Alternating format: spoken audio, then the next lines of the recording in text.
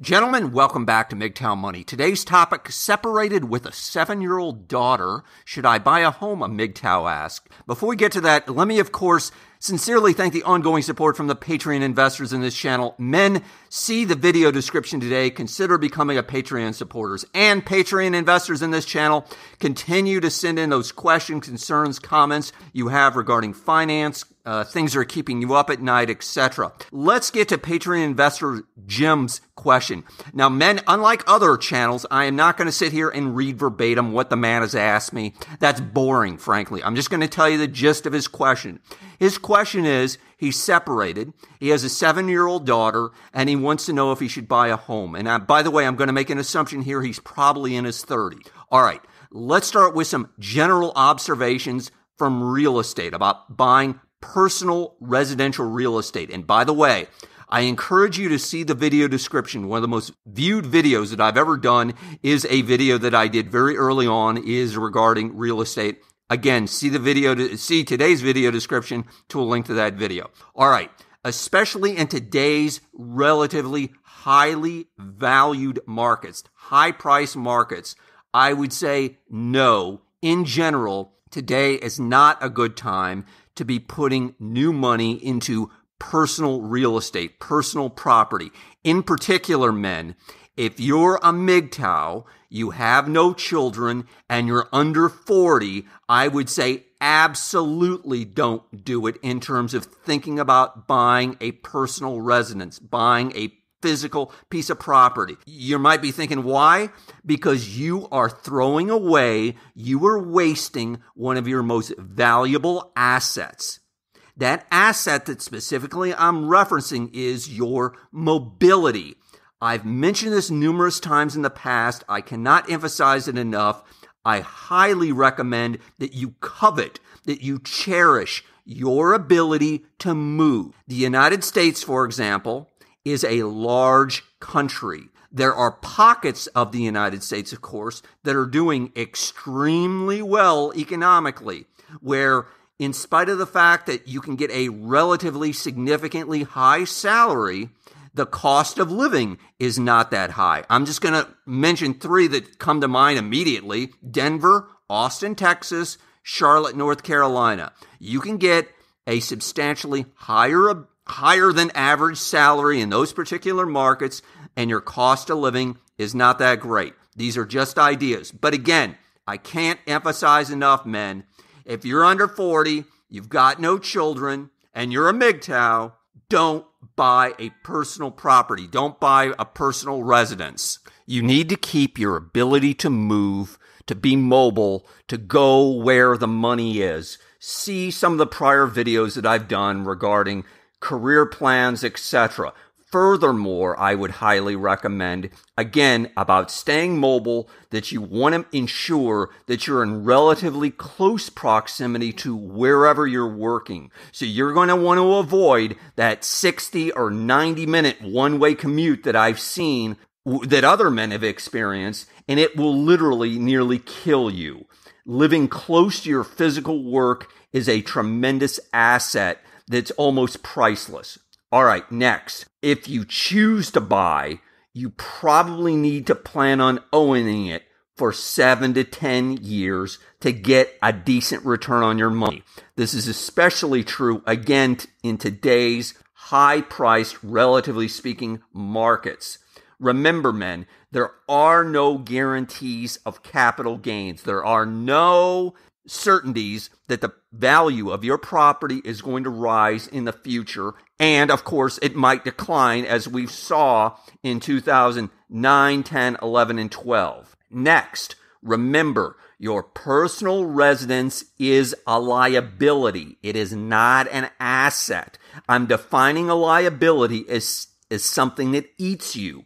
In other words, it's something that's costing you money. And I'm not talking about just mortgages. With rising property taxes, with increasing maintenance fees that many properties have associated with them. Maybe you have homeowners association fees, CDD fees, etc. These fees are going to continue for the rest of your life in terms of as long as you own that property, you're going to have to pay them despite having the mortgage paid off.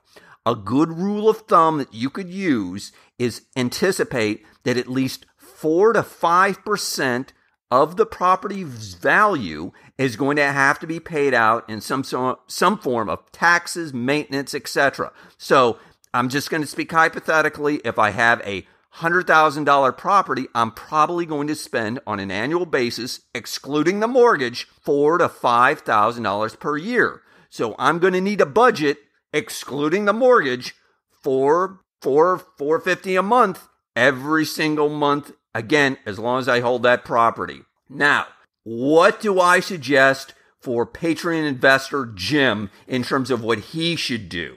Because he has a 7-year-old daughter and he's separated from his wife, I'm going to leave the mathematics of housing aside for just a second. And I'm going to focus on it's critical to ensure the stability in terms of the psychological stability for his child. It is absolutely of primary importance to ensure the child feels like they're in a stable environment. Furthermore, I think psychologically it would be strong for him, and again, correspondingly, the child will feel it, that everything is going to be okay, that everything's good in their world. Thus, I do recommend explicitly that Jim does purchase a primary residence. However, here's a twist to the whole thing. And by the way, I'm leaving aside anything to do with schooling, school districts, etc. Inevitably, you'd have to kind of work that out. I don't know all the complications here. Specifically, I'm recommending Jim specifically look at purchasing a duplex or a single family residence that has a separate entrance for a renter, or what might be called a granny flat. In other words, where you have a primary residence in the front of the property, you have a secondary rental residence in the back of the property. Here's why, men. There are multiple reasons why, but number one being that by having that additional income coming in, that relatively passive income coming in, he can already more quickly start paying off his mortgage. Number two, he of course can qualify for relatively inexpensive conventional financing, probably in the 4.5%, 5% range. And he might even be able to qualify for FHA, maybe if he's a veteran, VA, etc. In other words,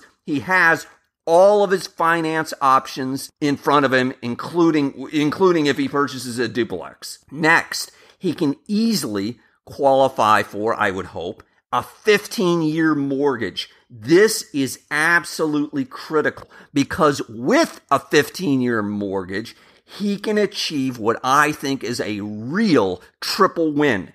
Let me tell you what I'm talking about here. One, remember, I said he has a 7-year-old daughter. In 15 years, I presume his daughter will be out of the house. So if nothing else, for the next several years into the future, his daughter will have a safe, secure, stable place to live. Again, that being primary here. Two, again, by the time he's in his late 40s, early 50s, I don't know of his exact age, he could end up owning the property outright.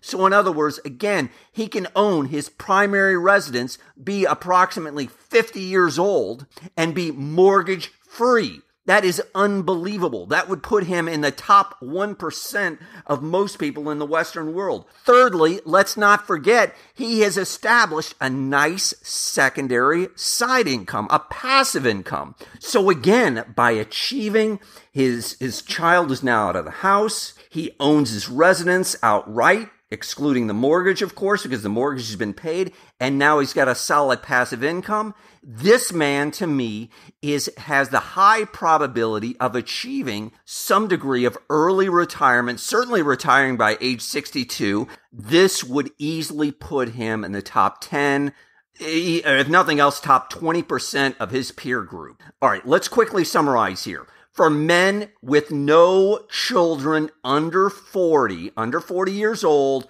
avoiding buying any type of real estate is probably a good thing.